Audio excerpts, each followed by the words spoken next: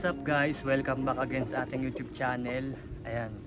So for today's video, gumawa ko ng kulungan ng manok, no? Nilipat ko na sila, no?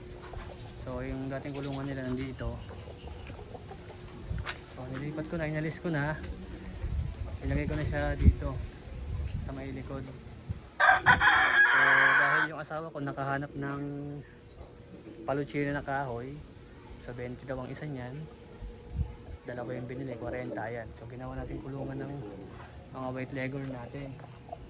Tapos yung mga native na inahin natin na maliliit pa, nilipat ko na dito sa likod. Ayan.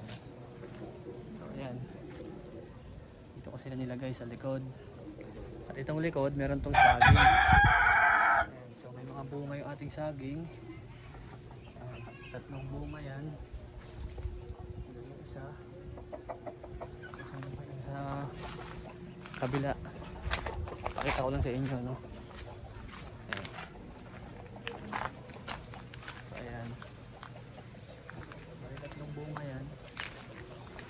Isa. Ayan. So siguro mga isang buwan pa yan or 2 buwan bago mahinog. Ayan. So gumawa lang tayo ng video ngayon para ipakita yung ating bagong kulungan ng ating mga alagang white leghorn. Ayan. So kung hindi ka pa nakasubscribe sa aking YouTube channel, don't forget to like and subscribe. Pwede ka rin mag-comment kung taga saan ka para malaman ko kung hanggang saan umabot yung video na ito. Ayan. Huwag niyo kalimutan mag-like para mas may promote pa tayo ni YouTube algorithm, no? Mag-comment din kayo para ma-replyan ko kayo, no? At itong mga ating white leghorn na dalawa, so running to 5 months na sila. At yung ating dalawang native na inahin ay 1 buwan pa lang siya sa akin kasi kinuha ko siya mga 1 month na tayo sa may ninong ko. At 1 month na siya sa amin bukas June 1 kasi kinuha ko siya is May 1. So meron akong biniling patuka ay pampagana ng pagkain ng manok. Ito. Ay halo mo lang sa tubig tsaka sa patuka para lumakas silang kumain. Ayan, so nakita ko lang yan sa may black up. Nakikita ko naman na talagang malusog at matataba yung mga manok nila na nilalagyan nila ng ganun. Hinahalo nila sa tubig tsaka sa patuka.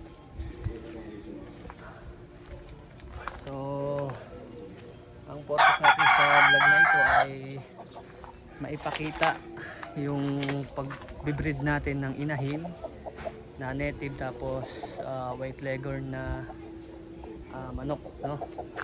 So ang plano ko ay mag-produce ng mga 10 pirasong inahin na white leghorn, tapos gagawin ko siyang layered chicken para meron tayong pagkukunan ng mga itlog ng manok.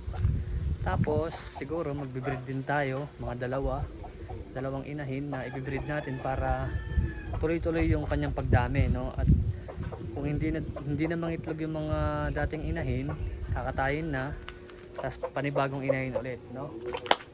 So alam ko magastos pero try natin yan para sa sa content natin, no?